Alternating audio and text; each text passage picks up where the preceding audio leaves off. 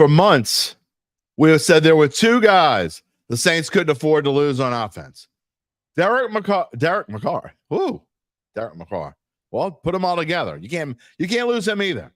Derek Carr and Erik McCoy. The latter is now out until just before you eat your Thanksgiving turkey. So what does that mean? Well, this morning we'll have Derry Downer versus the sun still shines Zach Ewing. Who's going to win? Whose side are you on? We'll also talk a little LSU football and how they proceed without their best defensive player. And can Tulane kick off AAC play in style? Let's get to an hour of fun. It's coming up next on the Dattitude podcast. If you're looking for the latest scoop and in-depth interviews on the Saints, the NFL, the Pelicans, LSU, along with the best bets of the week, then lucky you. Along with high-powered, in-the-know guests who cover our teams, Jim Derry brings plenty of Dattitude. And he'll always tell you the way it is, or at least the way he thinks it is.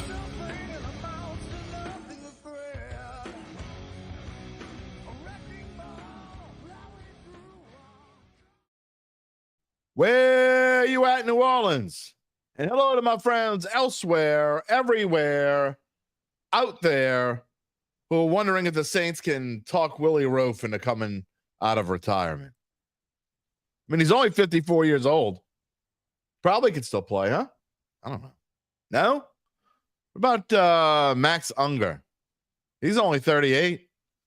Who cares if he's retired for 6 years and his knees are shot?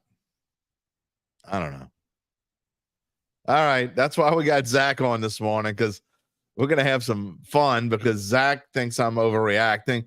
You might think I'm overreacting. It's just the doomsday scenario that I said that as long as this doesn't happen, maybe they'll be okay. Doomsday scenario 1. Help me feel better about all this. That's why I have you here this morning. Let's get on with it. This is Dattitude, episode number 284, presented by Evangeline Securities for a Wednesday, September the 25th, 2024. I am your host, Derry Downer. Whether you're watching on one of our NOLA.com social media channels or listening to the podcast on demand, as always, I thank you for being a part of the Dattitude family. I need my Dattitude family more than ever. You know what else I need? Hopefully the next time I get COVID, I don't get it on a week. I need a haircut. I mean, look at this. It's a mess. It's like sticking out. That's terrible. But I feel better. That's the good news. A-Town's with me this morning. Gabe is not here this morning. He is still on vacation. I think he's going to make a cameo tomorrow. We'll see. Where you at Wednesday? Where you at Wednesday? I like it. Rocky, who dat? Always who dat in it, baby. Dylan Smith, he's with me. It's one person we couldn't lose. Zach's going to say differently. I'm telling you right now. Zach Ewing, NOLA.com Saints editor. Excuse me. It's coming on. I'm still a little verklempt. Hold on. I'll be fine, Chef. Pray for me. Zach's going to come on and refute my position that it's not the end of the world. It's not the end of the world. But look what happened the last 3 quarters without him. Okay? You're going to get to it. I'm trying not to get ahead of myself, because there are a few things I want to talk about before we get to the Saints. As you have seen already, you can be a part of the show. I want you to be a part of the show. Type in your comment on YouTube or Facebook, however you're watching. If you haven't already done so, I ask you this. Most of you have done it already. A lot of you haven't. It's still growing. Tell your friends. Tell whoever. Let's grow the show. Let's get it up there. Let's make it the Saint show. Not just Saints, but it's a lot Saints. We know that. So subscribe if you haven't already done so. And you'll always know when we're going in the air live every weekday, except Tuesday, live at 11 a.m. Central Time. And you'll have access to all of our shorts and TikTok. We're also growing on TikTok. Look, I haven't done as many shorts the past few days. Most of you know why. I've been in bed a lot. So, but we're still here. We're still here live. We'll get back to the shorts this week. We'll start getting them back rolling.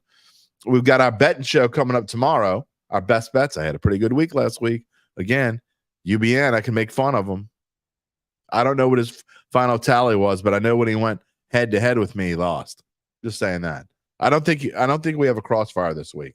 That's the good news. You can get in touch with me if you want to just talk to me. If you're listening after the pod and you got something to say, on X, Jim Derry Jr. or via email, jderry@theadvocate.com. I found it interesting. All those chirpers from last week when I was saying about how Tulane shouldn't join the Pac-12, it's stupid. And all the chirpers that told me you're an idiot, I'm a moron. Guess what? Tulane saw better of it. All those teams from the AAC, they're staying in the AAC. As well they should. Tulane may end up in the ACC. We'll see. Couple of things this morning before we get to the Saints. Not just LSU, but you see in the elsewhere column, MLB craziness. First things first, and I know a lot of you don't give a rat's patoot about baseball. It doesn't matter. Even if you don't know the difference between a hit and an error, I think you'll appreciate both of these short things that I've got for you this morning. This is one reason why some people can't stand professional sports in general. Not just baseball or football or basketball, whatever. Here's an example. I know it, and I know these things are a business and these teams do what they got to do. But this kind of crap just pisses me off, okay? There was a thing I saw on X last night. If you do know, you probably don't know who Rowdy Tellez is unless you watch baseball on a regular basis like I do. It's a big, giant. He makes me look small, okay? The big, giant first baseman who's got about my body structure. But he's a pretty decent hitter, okay? Plays for the Pirates. Same team that has Paul Skeens, by the way. Same team that hasn't won anything in like forever. They're just a crappy organization. So this just got my goat, and I thought I would share it with you. All right, so there's 6 games left in the season, okay? Baseball's over at the end of this week. Well, 5 games now. Baseball's over at the end of this week. The regular season, they go into playoffs next week.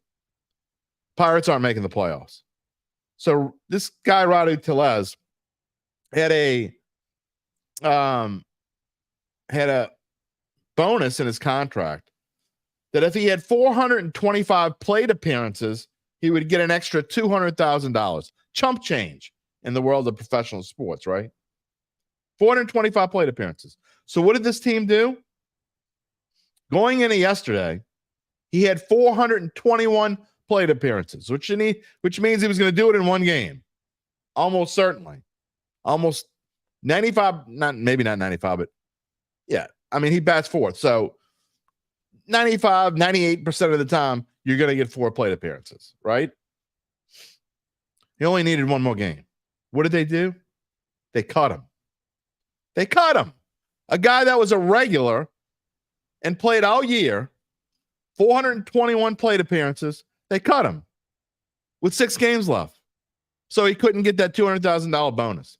How big of an asshole do you have to be to do that? That's my question.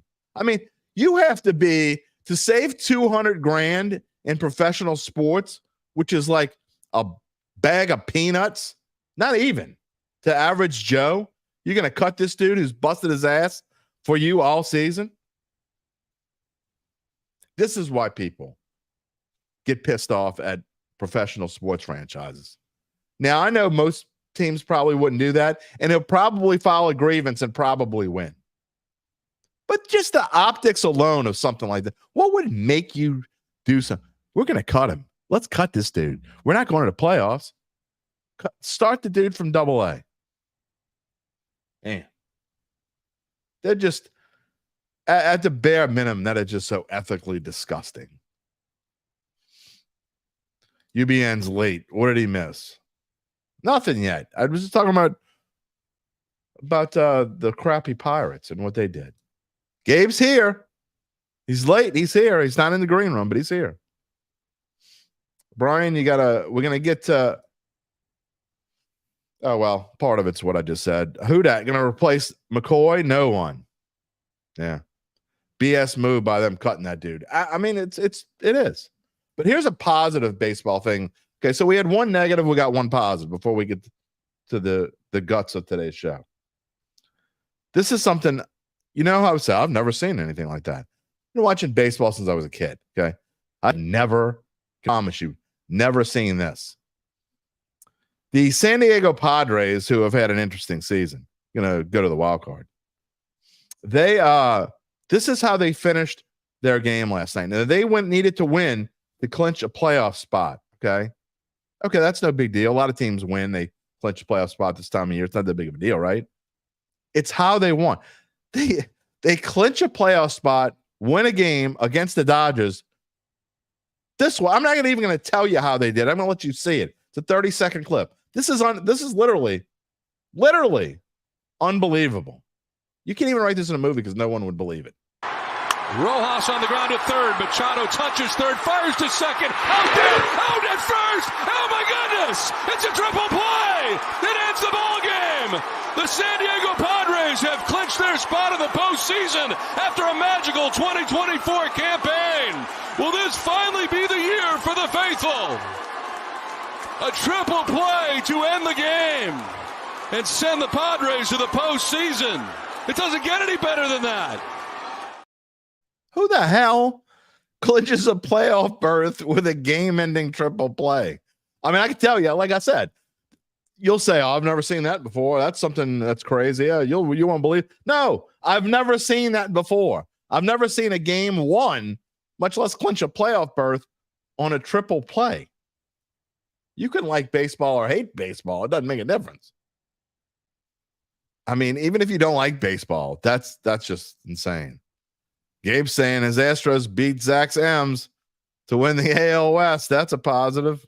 We'll let him talk about that. I'm not going to tell you what he's doing in the green room. UBN, fun fact. Guy was winning $100,000 in DFS by 1 point. Guy had second. Had Otani, the triple play leaves him on deck. Guy wins 100K. So it's luck too. All right. Before we get to Zach, who is in the green room and he's double barreled, we'll just leave it at that. Real quick, LSU. We are definitely going to spend. I know I said Monday that we would talk about LSU a little bit today. We'll talk about it more with Tom Casale tomorrow and maybe a little bit with UBN, but 21.5 point favorites. You can't touch this game with a stick. Harold Perkins, how much is this going to affect LSU going forward? Good question. I mean, look, it's like, I think it was Uncle Big Nick who said it earlier in the week. He's been underachieving greatly. I talked about it with Eric on the Inside New Orleans show Monday as well. I mean, you never want to lose someone of that caliber, but really, what has he done this year and last year for that matter? Will it affect him? Their defense stinks anyway. So I don't know. I know this. I'm not touching 21.5 with against a Jags team. Look, they lost to North Texas and Ohio. So then you think they're terrible. Then they hang 87 on Northwestern State. And then they hung 48 on App State. They won 87-10 and 48-14 last couple of weeks. I ain't touching that game with a stick. Those are one of those be careful games. I wouldn't be surprised. I wouldn't be surprised if LSU won by 42, and I wouldn't be surprised if they won by 7. Can't touch it. And then Tulane USF, we'll also talk about that tomorrow. Look, South Florida smoked by Miami 50-15 and Alabama 42-16. But don't let that Alabama score fool you. They hung around with Crimson Tide for a while. They beat Bethune-Cookman 48-3 in the opener. Last week they beat Southern Miss 49-24. I don't know why, but I just have a weird feeling about that Tulane game. Again, another game I won't touch with a stick because Tulane really needs to get going. They do. Rob likes the over. I don't know. I think LSU, I think Tulane kind of faked out a little bit with as many points they scored against Ooh La La last week. I don't like that over, to be honest. We'll see. Or maybe you're talking about the over in the LSU game. I don't know if I mess with that either. I don't think either one of those games anything you can bet on. All right. Before we get to Zach and Doom versus Zoom. Let me tell you more about our friends at Evangeline Securities. If it is you who are thinking about selling your family-run or privately held business, then you'll want to pay attention to this. Yes, even if you've heard it before. Evangeline is the #1 company in this area that can help you figure out what your business is worth so that you can decide if it is indeed that time. Even if you're on the fence and are just looking for information, then it's time to reach out to Evangeline's founding and managing partners, Nick Braden and Ron Hemel. They will maximize the value for your family-owned and privately held business.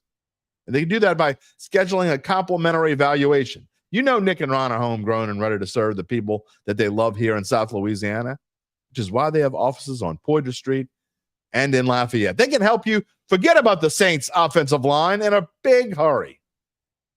So before we remind you about the situation again, check them out at www.evangelinesecurities.com. We will tell you more later in the show after Zach just destroys me with all his positive arguments coming up right now. Zach Ewing, Saints editor, about to tell me how wrong I am. I haven't even said what I think yet, so I don't know. Well, that's good. We can have our opening arguments. I honestly don't know that we disagree as much as you're making it seem like. I just think you, as Jim Derry tends to do, have overreacted a bit. Well, it's still Wednesday. I mean, you were saying overreaction Monday. It's Wednesday. I still feel the same way. All right, so let me tell you how I feel. That way that we can get it out in the air, okay? And again, I'm interested in hearing what our listeners think. We had a whole ton of them on Monday. It was Mono Monday, so that's when they really come out. So they don't talk as much on Wednesday, but we encourage you to do so. My thought process is this.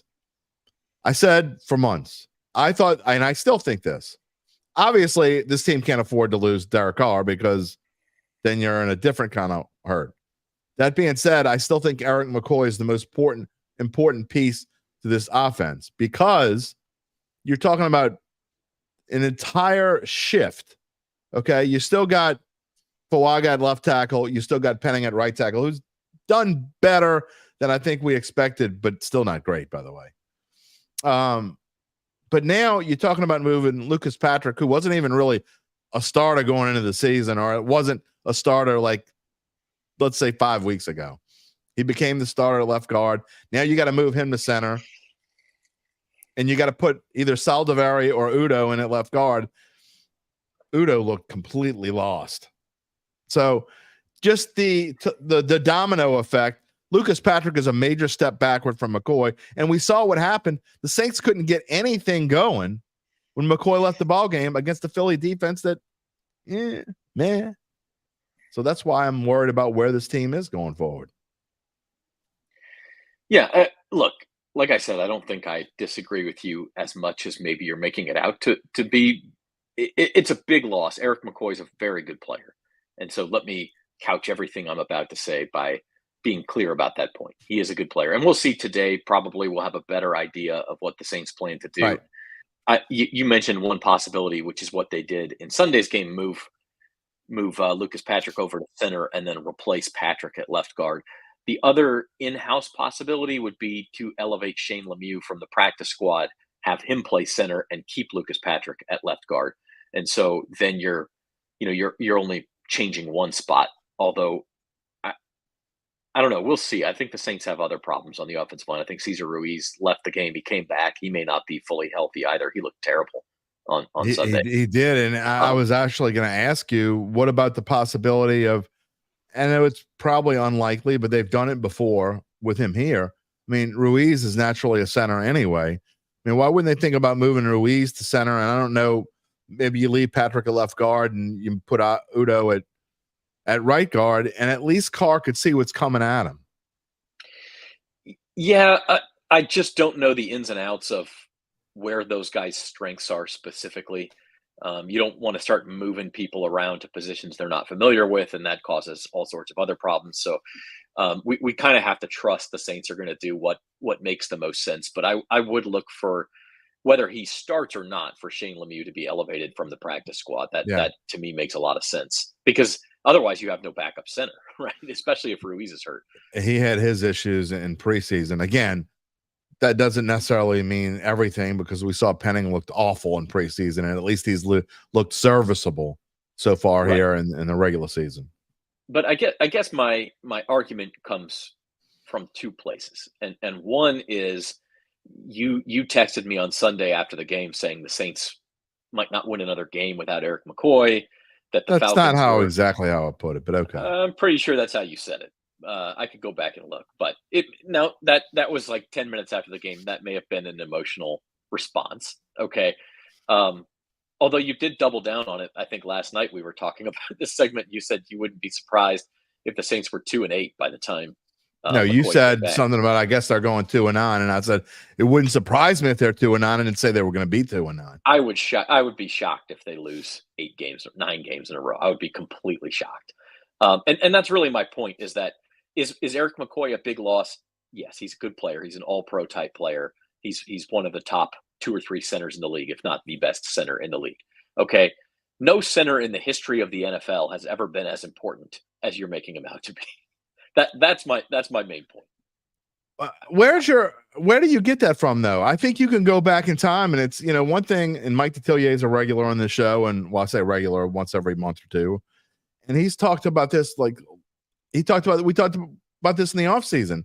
It's when you lose your center, you lose more often than not. I mean, I'm not talking about the Chiefs of the world, but I'm talking about like average, mediocre type teams.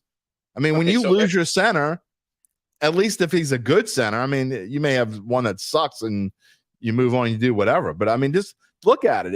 It's go through it and see. I mean, when the Saints have in the past, when they lost Max Unger for periods of time, they stunk.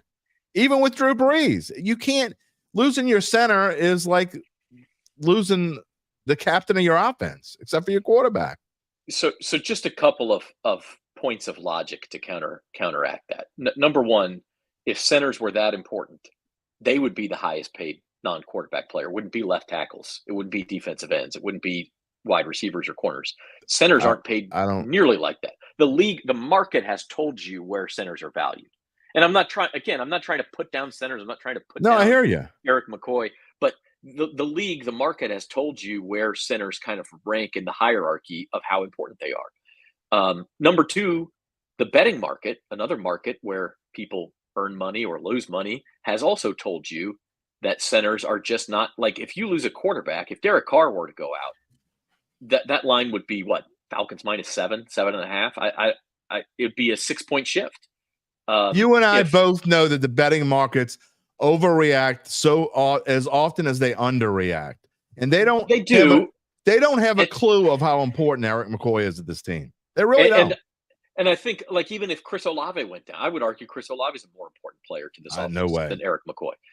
Who's you're going into a game with Rashid Shaheed and nobody at wide receiver? What do you?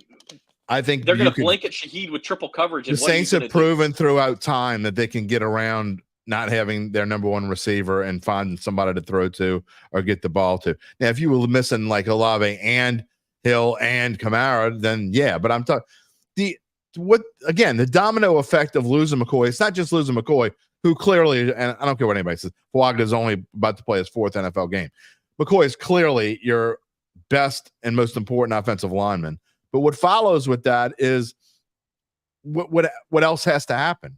And the only proof I need is what happened in the 3 quarters after McCoy was gone. I mean, Carr was bum rushed. He looked like what Carr looks like when he's pressured. We all know. We both know. You followed Derek Carr since he was in high school. Derek Carr is I'd go as far to say a great quarterback when he has time to throw the ball. When he doesn't, he's average at best. And he's not going to have time to throw the football. Yeah, I'm not trying to say this is not any sort of concern, but the Saints show, okay, first of all, Jalen Carter had an amazing game on Sunday. He did. And he was the highest rated player at any position in the NFL per Pro Football Focus. He wrecked that game. The Falcons don't have a Jalen Carter. They don't. Their interior offensive line is mid. Okay, it's fine. It's kind of like the Saints. It's there. It's not gonna wreck a game. So I think it's a better matchup. the other factor here is if we're talking about how important centers are, by the way, the Falcons are missing Drew Dalman for this game. Right. I was So, going to get into that. he may not be as good of a player as Erik McCoy. He's but not even close. Look, it's still, like you said, it's a different guy out there calling out protections. It's a different guy communicating to the rest of the offensive linemen. It's a different guy giving snaps to the quarterback that he may not be used to. So there's a lot of factors there. I just think the whole thing that the Saints cannot win without Erik McCoy is completely overblown. Erik McCoy's missed 9 games in his career, by the way, Jim. Saints are 4-5 without him. They're not great without him, but it's not like they're out there non-competitive. This is a completely different team. You're comparing apples to elephant nuts. I mean, it's two different. You can't compare this offensive line to offensive lines of the past because this offensive line was already one of the worst in football. And so, now at least they've upgraded to one of the worst in football from the worst in football. But now they go back to probably being the worst in football. Gabe says Texas won in week 2 without their starting center with Patterson. Is that his name? McCoy and Patterson aren't even kind of on the same level. You can't compare the two. Real quick, and I want to get back to McCoy in a minute, but you bring up a good point. Here's a reason why at least I think this is going to be a low-scoring game. I think the defenses are going to rule the day, and whatever team gets the most turnovers may win this football game. I'm not going to spoil it now. You can go read my NFL picks column, which came out this morning on bet.noah.com. If you can't wait until tomorrow, who I think is going to win this game. But if there is a bright spot for the Saints, Zach, it's what you said. Their center, Drew Dalman, is out. He's on IR. Their backup is Ryan Newzeal, who started 4 games last year. He's actually played in 29 games in his NFL's career. He has decent experience. So does Lucas Patrick, but again, the shifting around.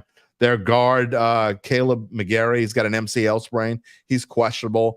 I have a feeling he gets moved closer to doubtful. Their backup is a guy that some Saints fans might know, Storm Norton, who got signed by the Saints last in the 2023 offseason, but then was cut and then went and signed with the Falcons. He is the backup there. He's a veteran. He's like 30 years old.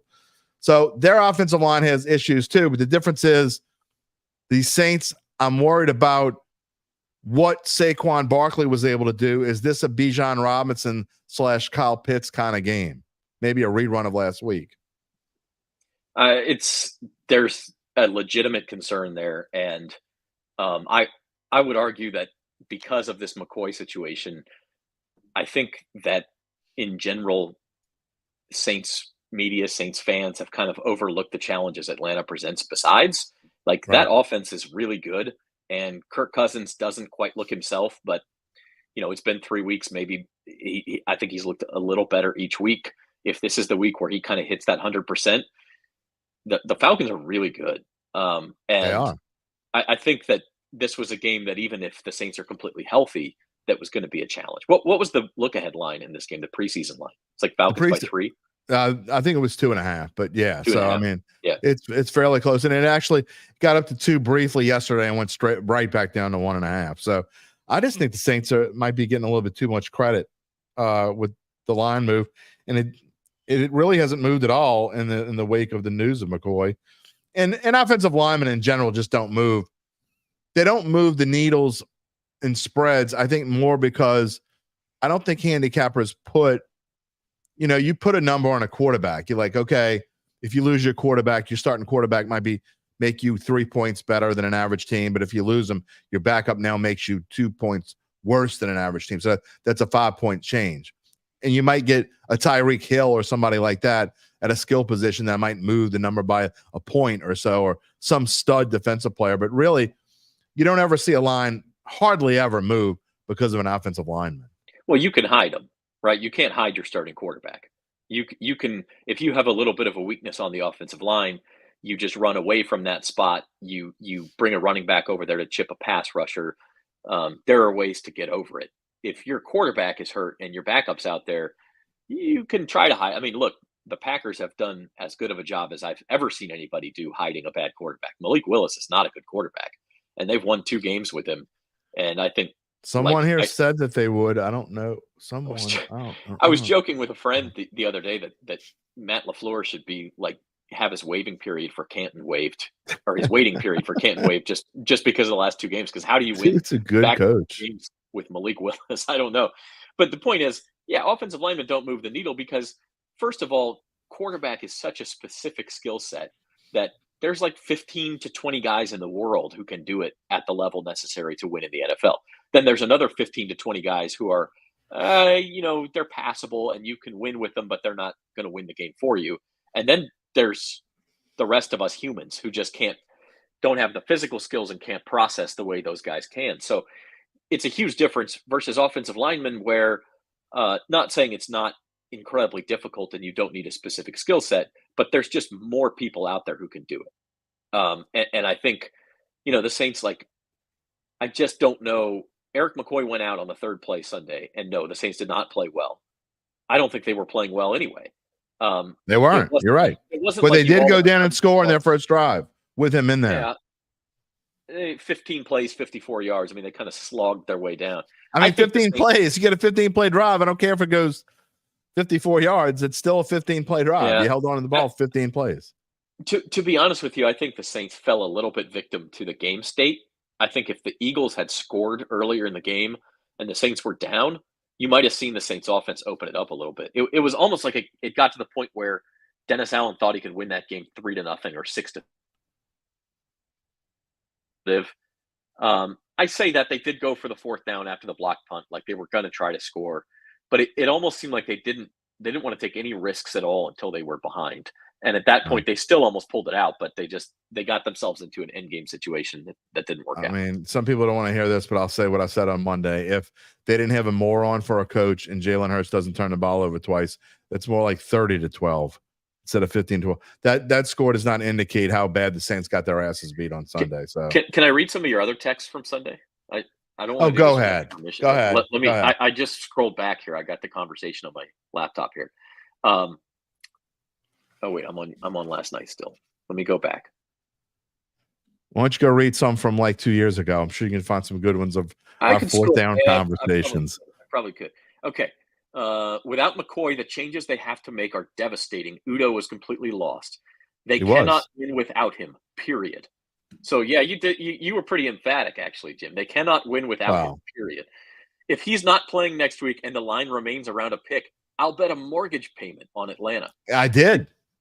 Listen, y'all better be. If the Saints win, you can be happy. But on Monday's show, you got to come back and we're gonna have to start a GoFundMe for Jim's mortgage payment. No, you don't have to. I mean, look, I'm not gonna lose. I mean, you're making. Here's my spoiler alert. I just said I wasn't gonna tell anybody what I was gonna do until. I mean, that's all right.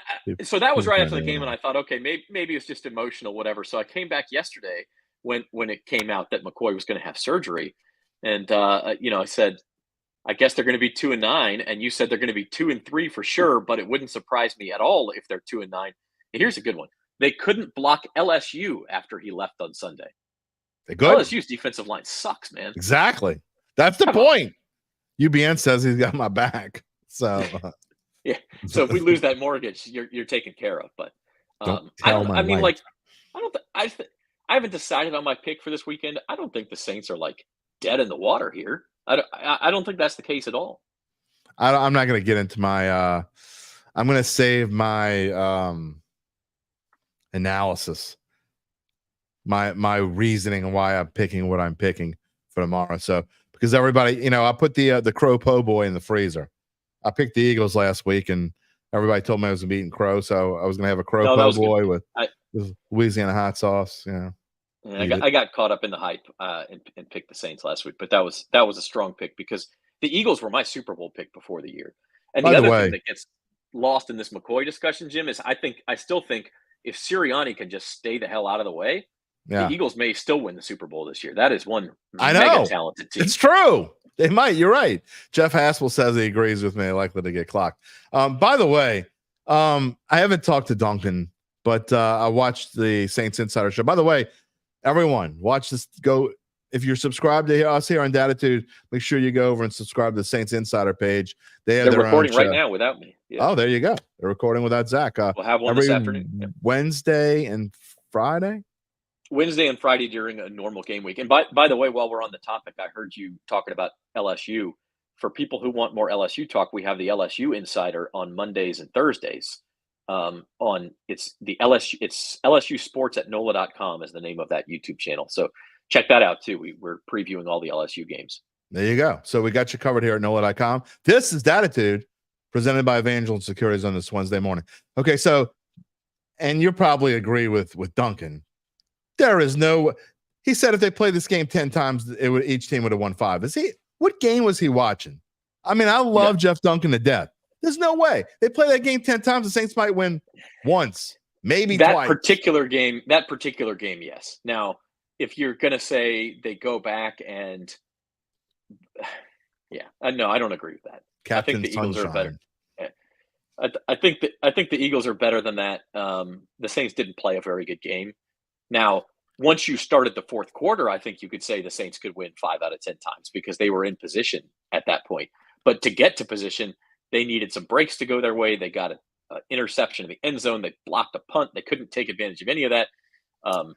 Nick Sirianni, Saquon Barkley still running down Poydras Street. He's Nick Sirianni had like a lobotomy mid-game or something. What and just lost part of dummy. his brain. Let's I don't know what he was don't doing. We don't kick the field goal when the clock's about to run out before the half we go for it on 4th down like a moron. And then later we try to kick a 60-yard field goal on the 60-yard field goal is the one that killed. What an idiot! What are you doing? Because making what a moron! Making that field goal puts you up 4. The game's not over, and if you miss it, which at 60 yards you're less than 50-50 to make that thing, you just gave the Saints hope. An offense that couldn't move the ball all day. Now they're 20 yards from field goal range. You know what I feel about with analytics?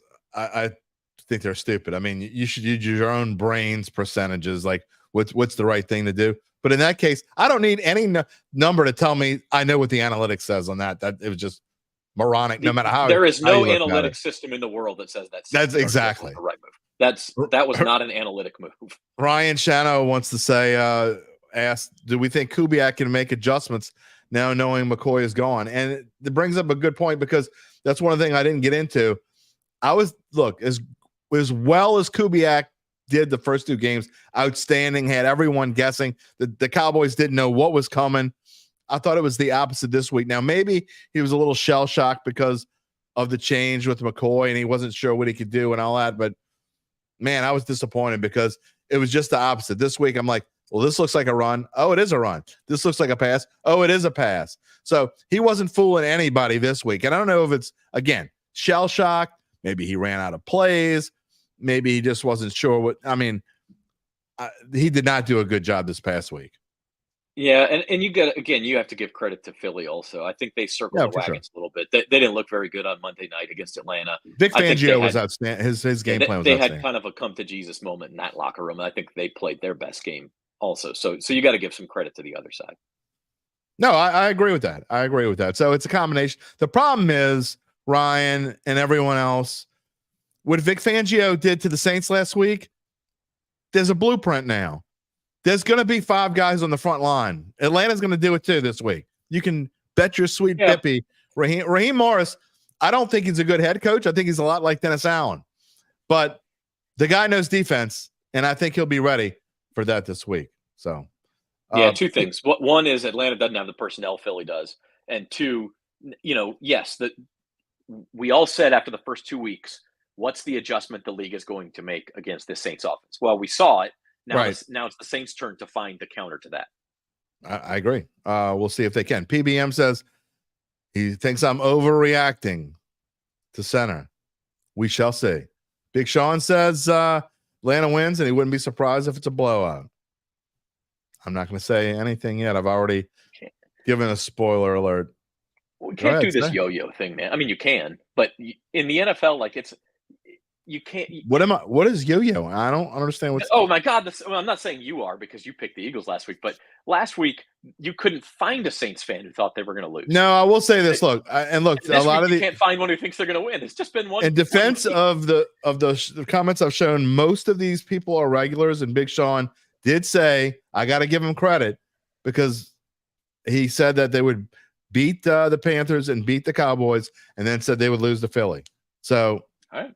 He in his defense, there's some things Big Sean and I don't agree about, And he says he loves the Saints and all, but he thinks Atlanta has this. There's lots Big of Sean, things that Big you Sean. got the script, man. You got the NFL script. We don't agree on. We're definitely worlds apart on Derek Carr, Big Sean and I. But he has become a regular, and I got to give him credit. He was right about that. And Brian says it was a 6-man front that shocked him more. Maybe it was a 5 and a 6-man front, but I do think that he wasn't ready for that. And it's kind of like the old line of game plan, get kicked in the mouth, blah, blah, blah, punched in the mouth, whatever. So at least this week he's got to prepare that he's probably going to see that, right? Oh, yeah. I mean, like you said, I don't know if the Falcons will run it as much as Philly did, because the 6-1 defense is sort of a Fangio staple. Like, he'll pull it out from time to time. And it's a little disappointing, I guess, from the perspective that Kubiak was that surprised by it. If that's really what the case was. Now, it may have been a combination of being surprised by that and losing McCoy and not having Taysom and having to kind of shift things around. And it just wasn't a good game. Now you've got a week to figure out a plan. But yeah, I wouldn't be surprised if Atlanta shows it at least. I don't think they'll use it as much as Philly. And then I also think, like I said, the Saints have had a week to figure this out. Yeah, and look, today is the day where we find out more about injuries. It's always tough doing a show on Wednesday mornings because they're practicing on Wednesday mornings. We don't have a whole lot of info on injuries just yet. Brian asked info on Demario Davis. So my questions on my two main concerns this week, are Demario Davis and obviously Taysom Hill. What about those two guys, do you think? And then we kind of mentioned Cesar Ruiz. Yeah, so Taysom, I'm going to say there's some optimism he's back. And again, this is pre-injury report. Saints aren't going to tell us anything outside of what they officially have to report injury-wise. Right. I think there'll be optimism on Taysom because as late as Saturday last week, there was a chance he was going to play, and then it just turned out what is a bruised lung? Like a bruised lung scares me. It's probably a pain tolerance situation where it's like, look, if it hurts to breathe, you're not going to go play in an NFL game. But I would think a week of rest will help that. We'll see if he practices, but I think there's optimism on Taysom. Demario Davis, he did not play in that last drive, the Eagles' last second drive there that won the game. I don't think a lot of people noticed that because of the situation, but he was not out there. Wouldn't be surprised if he's questionable at best for Sunday, and that's a big concern too. I mean, Demario Davis is aging. He's still like that's why you got Willie Gay, right? That's why you got Willie Gay. So if you well, that's true. Willie Gay and Pete Werner are solid linebackers. And again, I think Pete Werner. Look, no one's really talked about Pete Werner, but I think he's had an outstanding season so far. He's kind of quietly made some big time plays, and especially I thought in the Dallas game he might have been the best player in the field that day that no one was really talking about. So I don't know. Rocky says Saints bounce back. Defense is too good. That's a good segue, Rocky, because I don't necessarily agree. I think they've been really good in getting takeaways, especially at crucial times. And I know it's only week 3, but you look at these numbers, they're 25th against the pass. I mean, now, granted, they have, I think, maybe not last week, but they've done better job of getting pressure on the quarterback than they have last year. They've certainly done better with turnovers. But, Zach, I'm actually concerned about this defense and what I've seen. Not counting the Panthers game, but there's just some things that just kind of bug me a little bit. And last week, giving up 450 yards really bugs me. Yeah, I mean, this was going back to the summertime. Something I said is like, okay, this team's offense may be better, but if the defense is worse, it may come out as a wash. And last year, the defense was very reliant on turnovers at times, and that's what we've seen so far this year. Yep. And takeaways are great. I mean, every defense wants them. Every defense looks for them. But you can't count on them, can you? Yeah, Tyrann Mathieu is a guy who creates them. I mean, some guys are better than others at it, but you just can't. Yeah, you can't count on them happening all the time. And as you said, Eagles don't turn the ball over a couple times. Forget Sirianni's decisions. If they just take away those couple of turnovers, the Eagles probably have that game in hand in the fourth quarter. So, yeah, there's been some concern. Again, Atlanta's a funny team. Like, they've been in primetime a couple weeks in a row, so we've had a good look at them. And they seem at times like that offense. They got another one after this week. Yeah, it seems like that offense is a freight train. And then at other times, it's like Kirk Cousins looks awful. He's missing throws and can't get anything going. And so I don't know. I don't think the defense is like fully out of the woods as far as, are they a top 10 unit? Are they a top 5 unit in the NFL? I don't think you can say that yet. Yeah, well, these are the numbers. If you can't see the numbers, if you're listening to the podcast after the fact, you can't see the numbers on the right-hand side of the screen. These are where the teams rank after 3 weeks of the season. Saints are 6th in rushing offense, 20th in passing offense, 2nd in points scored, 9th overall. The Falcons defense, 27th in rushing against the run.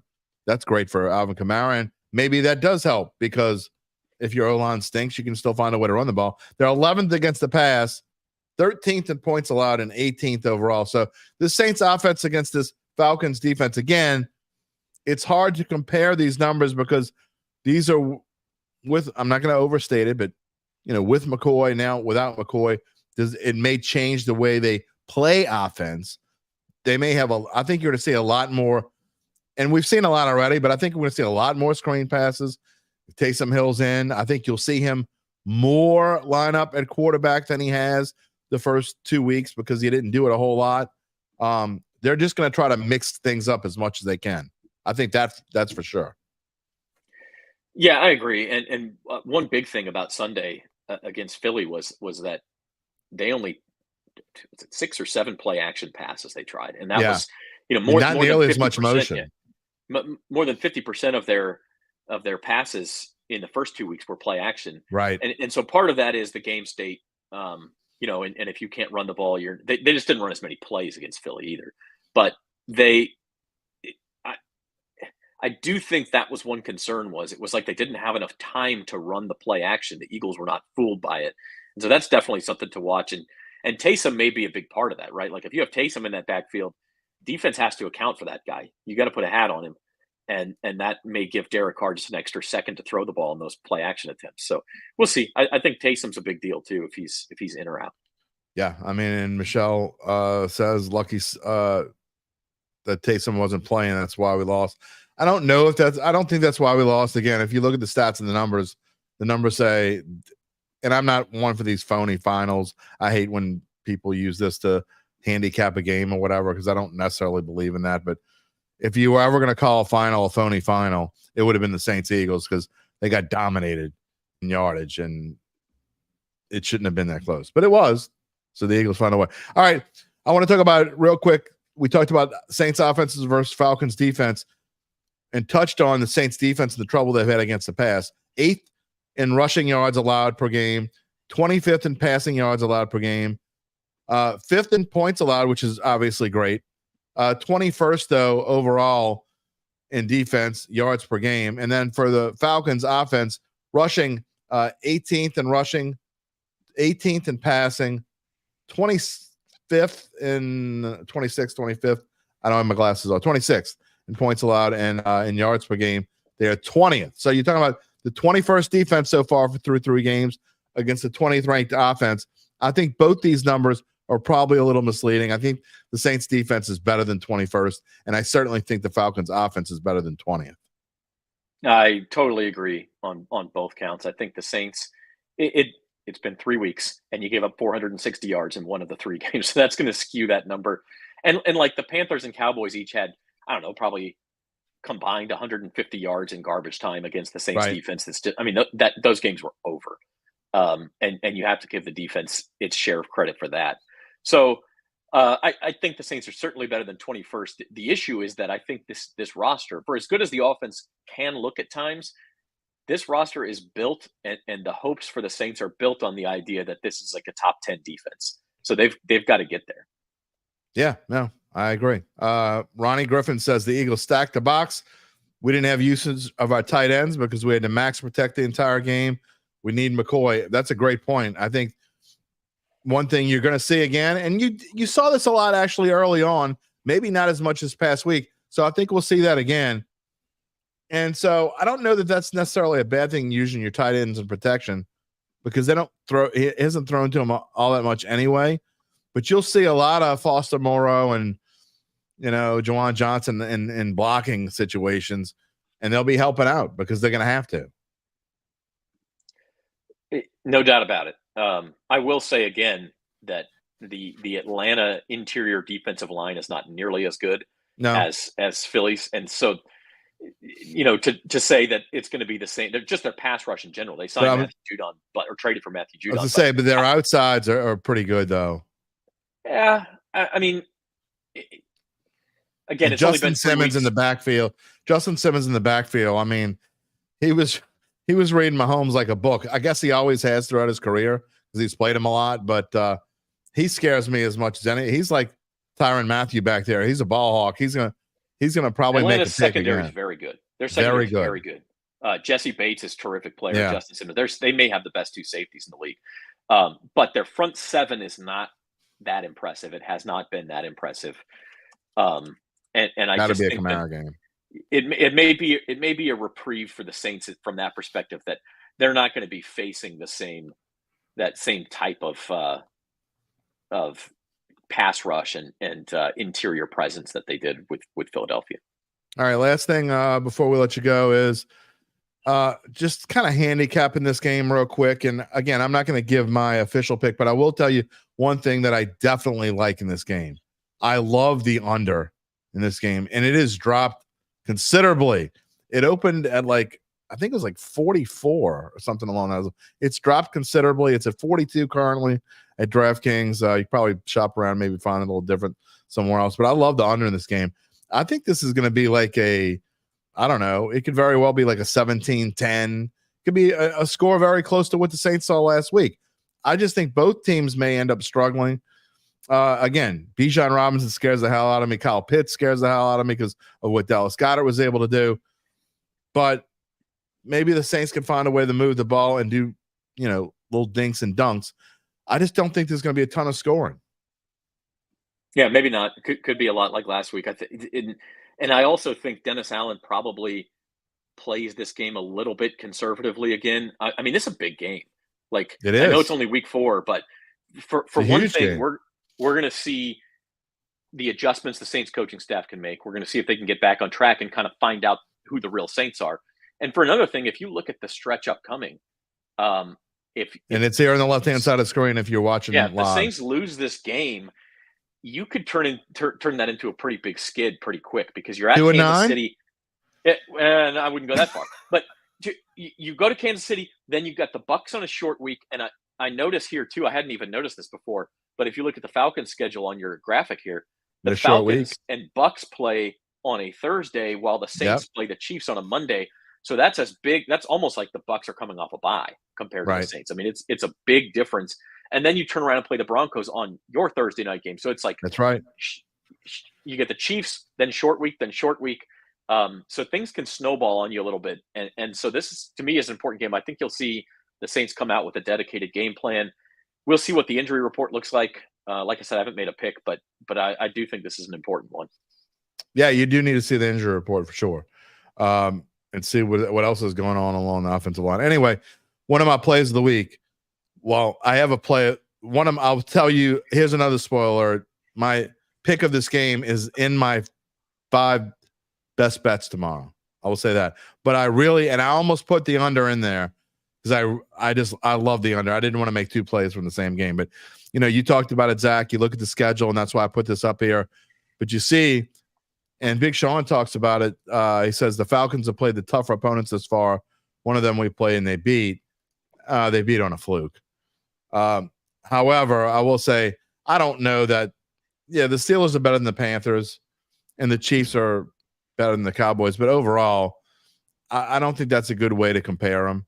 The fact is that we know the Saints, their toughest part of the schedule are these first 6 weeks. If they can find a way to win this game, it's what I said. Because no matter what I predict, I'm not going into Sunday thinking there's no way they can win, because I definitely don't believe that. I think they can find a way to win if their defensive line, the Saints defensive line, can put massive pressure. They can find a way to win this game. But it is huge in the fact of what we talked about, Zach. And I said in the beginning of the season, no matter what the Saints do in the first 6 weeks, if they can find a way to go 5-1 against the division, they're going to win this division. And they have a chance to do that if they win this game, because it gives you a huge leg up. It will put you 2 games ahead of the Falcons, because the Falcons have this super easy stretch coming up in about a month and a half, where I've said for weeks that they could go run a gauntlet of running off like 7 or 8 wins in a row. So I think the Saints need to be 2 games ahead of them. I mean, look, it's week 4 again. Of course. Need is a strong word, but boy, it makes their chances look a lot better. This is on paper their most difficult division game. So if you can win this game, you could 5-1, maybe even you could think about 6-0 in the division. And if you do that, you're going to win the division. No doubt about it. I want to point. Yeah, there's a comment there that says this Falcons have better weapons, including the quarterback. I don't know about that, Big Sean. I mean, I know you and Jim go back and forth on Carr, and PFF I think Carr and Cousins are the same quarterback. Derek Carr right now is the number 1 rated quarterback in PFF. Kirk Cousins is number 23. So far this season, that has certainly not been the case. If you look at history, now I think Kirk Cousins is still not 100% comfortable with his Achilles and those sort of things. But yeah, I don't think Cousins is obviously an upgrade on Carr in any way.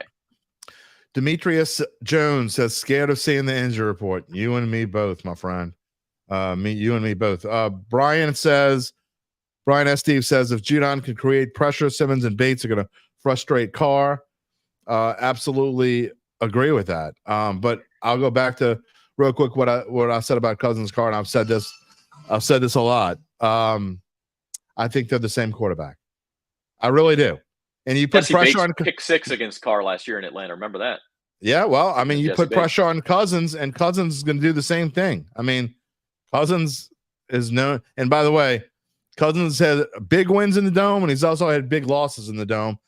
He won a playoff game with the Vikings, and when they said he couldn't win in prime time, but he also lost a game against the Saints with the Redskins when Washington had a 15-point lead, and the Saints came back, and I made a big joke because my son left the Dome with my tickets.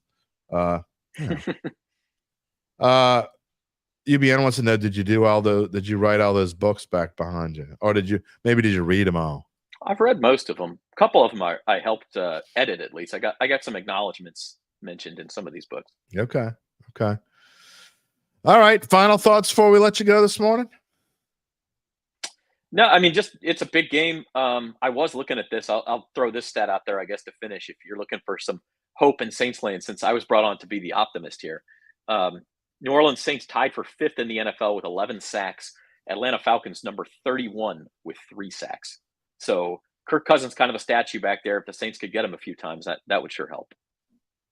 PBM says Cousins is okay, but Carr is better. I mean, I honestly think they're almost, and I hate using the word literally because I tell my kids never say literally and then I catch myself doing it. But I think they're literally the same quarterback. If you were ranking the 32 NFL starters, you'd have one of them like 13th and one of them like 16th, or one 14th and one 15th. I mean, they'd be right there. And you could, I would listen to an argument that one should be 2 spots ahead of the other, but it's not farther than that. I think they're both right around. I know you probably disagree with this because you think it's too high, but I think they're both probably somewhere around 10. I'd have to name me 10 better quarterbacks than these 2 guys. And maybe that's an exercise for another day. I'd have to sit down and think about it. I think I could probably get to 10, but not too many more than that. Yeah. All right. Well, it wasn't the mano a mano that we've had in the past, but it was a good counterpart, as Buddy D used to say. You don't know Buddy D because you haven't lived here long enough, but not old enough. Yeah, you're definitely not old enough either.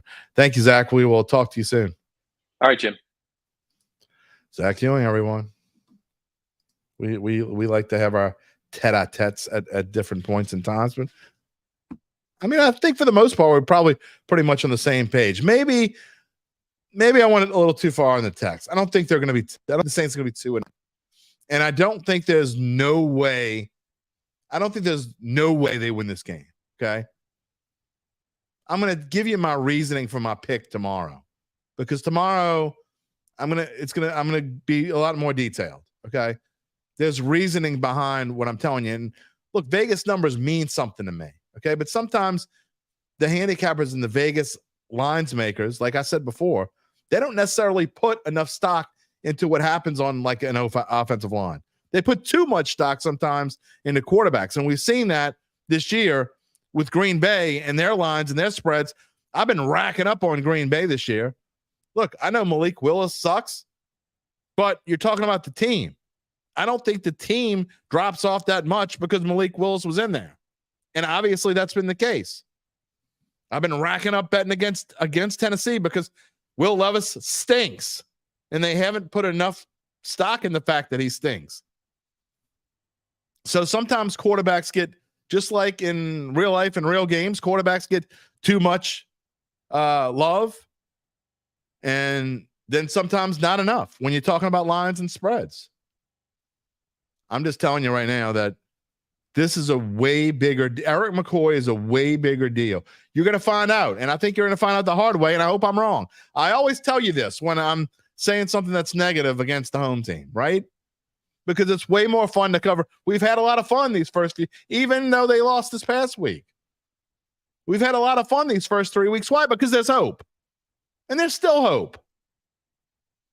And I hope I'm wrong. That's why I say that. I hope I'm wrong. I hope Erik McCoy isn't as big of a deal. I hope Klint Kubiak is as good as he was the first 2 weeks and can find a way to scheme around missing the most important piece, at least of your offensive line, at the bare minimum, if not the most important piece of your offense. David Bordelon says, late to the party. Who that's back? He says 21-13 Saints. Ronnie Griffin wants to know what we think about Jayden Daniels the other night. Mahomes 2.0. Yeah, maybe. I mean, how can you not be super impressed? I think the Commanders, are they in my best bets this week?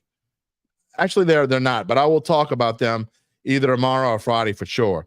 If we don't talk about them tomorrow, with Larry Holder on Friday when we do our Saints preview and then our big games of the week preview. But Jayden Daniels was outstanding. Now, look, I don't want to get overhyped, okay? We want to talk about overhyped when they play the Giants. Although they never punted, and Gabe sent me a stat that Jayden Daniels has had two games this season where they believe scored on every possession, or I think that's what it was.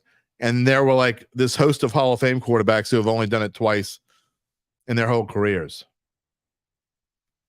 What does that mean? I don't know. I mean, one game they only kicked field goals. Okay.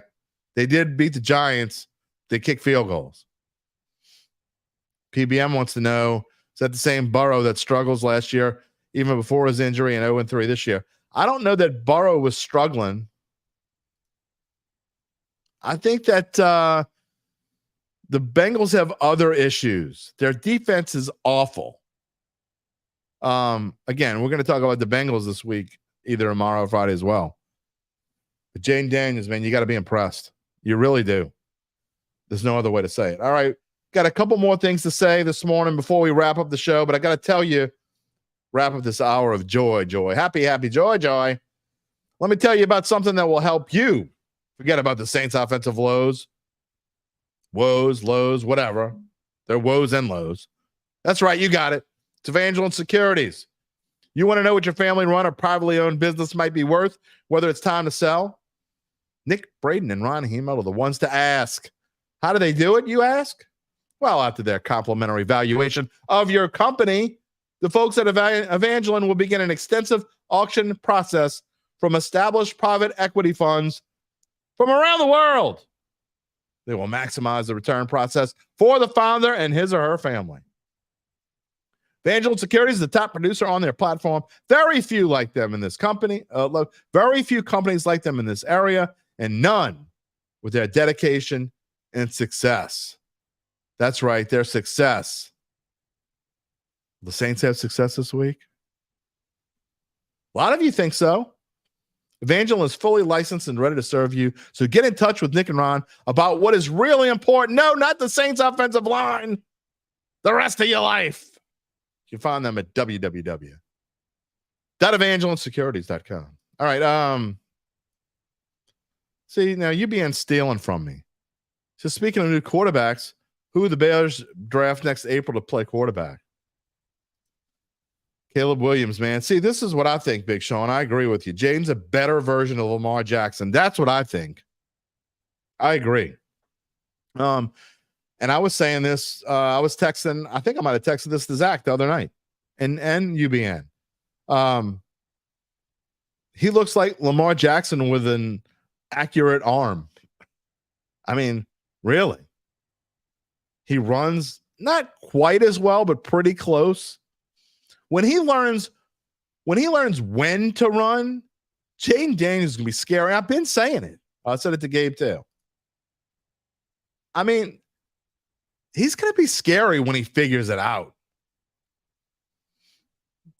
All right, last couple words on the Saints. If you got anything to say, you better say it now. About to go to say bye-bye for the day. Ronnie Griffin, the Saints are good.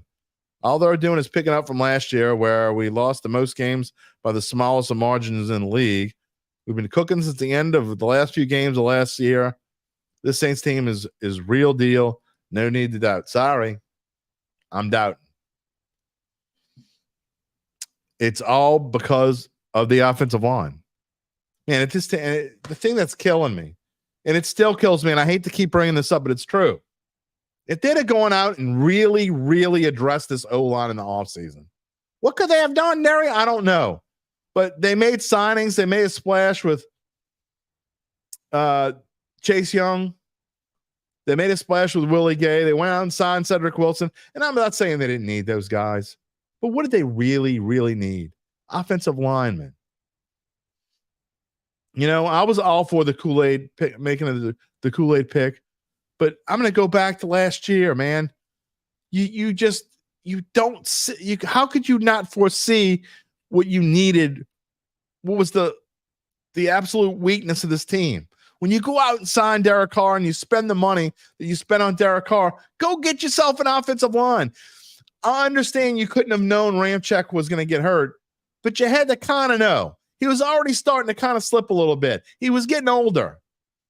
You can't have enough offensive linemen. That's one thing Sean Payton always did here. If an offensive lineman got hurt, there was always a solid backup. Not only is there not solid backups right now, you just don't have enough starters, period. Forget Erik McCoy. I mean, your left guard situation is a joke, even before Erik McCoy got hurt. They didn't address it. Ronnie, you can be positive. I'm glad you're positive. I appreciate the positivity. You don't think the O-line talent was available? There's always O-line talent. You just got to be ahead of everyone else. It's what Sean Payton always did. Thank you, Big Sean. Exactly, he says. Ron, thanks for joining the show. It's definitely concerning with Dennis Allen and them not addressing the O-line. It is. I mean, this is 2 years now. This has gotten worse every year since Sean Payton's left. Think about it. You could talk about whatever position you want and what they've done and whatever. And I blame Loomis as much as I blame Dennis Allen. You haven't addressed, you talk about kicking the can with the salary cap. You've kicked the can with your offensive line. You put yourself in this situation. Yeah, Ronnie, we don't have to agree. Who dat? Exactly. I hope you're right. I hope I'm wrong. Ron's positive with Kubiak. Yeah, if there's anything, if you're looking for the positivity, that's it. He's made Trevor Penning look average so far. And we know that Trevor Penning is not average. So, look, I'm not going to harp on it. They could go out Sunday, and I'll be here Monday morning. Give it to me, baby. Give me that Crow Po' Boy. Louisiana hot sauce. Crystal. Whatever I need, some ketchup. I'll eat it. I don't care. Just saying. Tell you what I think. Tell you the way that I think that it is. We'll see if I'm right or if I'm wrong. All right, tomorrow's going to be a fun show. UBN's been hanging out in the chat. Gabe Henderson as well. I think Gabe's coming on for his cameo. He'll give me his pick tomorrow, so it'll be Thursdays with Gabe. Tom Casale is going to come on. Picks. I haven't gone and tallied up the other guys yet, but I had another 3-2 week. ho-hum, but I did get my 5-point pick right, and I got my 4-point pick right. Things are just like the Jeffersons. We're moving on up. So tomorrow is our best bet show. And again, spoiler alert, the Saints-Falcons game is in my best bets. You come back and see what I think. Of course, I'll have a monologue. I'm going to ask Tom what he thinks about LSU and Tulane and their chances this week. So we'll also talk about the best college games of the week with Tom.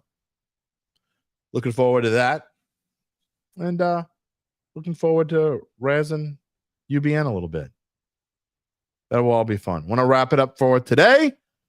I want to thank Zach Ewing for coming on and setting me straight and making it so, is it a big deal or is it still we believe? Maybe it's somewhere in between, right? I'm obviously on the big deal side, and I think Zach's right in the middle. A lot of you are still in the we believe category. We want you to come help me believe. Change my mind. Change my mind tomorrow, maybe. I don't know. Who knows? A reminder to subscribe to our Dattitude YouTube page. If you haven't done so already, please do so. Click the little bell and give us a little like. If you're watching on YouTube right now, click it before you say goodbye. Click that like. I just say it because that's what they all say. But click it anyway. You can receive notifications when we go on the air live every weekday, except Tuesday, 11 a.m. Central Time. You can watch us after the fact on the same YouTube channel. You can also find us wherever you get your podcasts, including Apple, Spotify, many more, and find a replay of the show on NOLA.com/sports. You saw Zach earlier. You can find him and his crew on NOLA.com/Saints. Before we go, got a couple comments here. Big Sean says the next game will show us who Kubiak is as an OC. Absolutely. I think we're going to learn a lot this week about Klint Kubiak. More on Kubiak. Demetrius says Kubiak got to get a lot more creative because of lack of interior OL. No question. There's some special trickery with Taysom. Got to hope Taysom's back. Rob wants to know another eyebrow raising from Tom Casale. Hey man, Tom Casale picked some game out of the week. I don't know. Again, I haven't tallied it up yet. But Tom Casale last week picked some game out of the weeds. He said over on the Monmouth FIU game. And I was like, what? I mean, and then I went and looked. There were like 87 points scored in the game. Telling you. Ron says we will see what happens with the O-line in a week of practice. Hopefully much better, not positive. Got to keep it positive, brother. Big Sean says Cowgirls beat the Giants. Don't be shocked if it's the other way around. You go see what I picked in my picks column. My NFL picks column is on bet.nola.com as we speak. If you don't want to know what I picked in the Saints game, then save that reading for tomorrow. I write that it comes out every Wednesday morning on bet.nola.com. Also on Friday, I have my trends column. Didn't write it last week because I wasn't well enough to, but I'll have one this week. All of Gabe's stuff, all of Tom Casale stuff on bet.nola.com. It's all there. You'll want to check it out. And you'll want to come back and check us out tomorrow. Until then, everyone, take it easy, my friends. If you're looking for the latest scoop and in-depth interviews on the Saints, the NFL, the Pelicans, LSU, along with the best bets of the week, then lucky you. Along with high-powered, in-the-know guests who cover our teams, Jim Derry brings plenty of Dattitude. And he'll always tell you the way it is, or at least the way he thinks it is.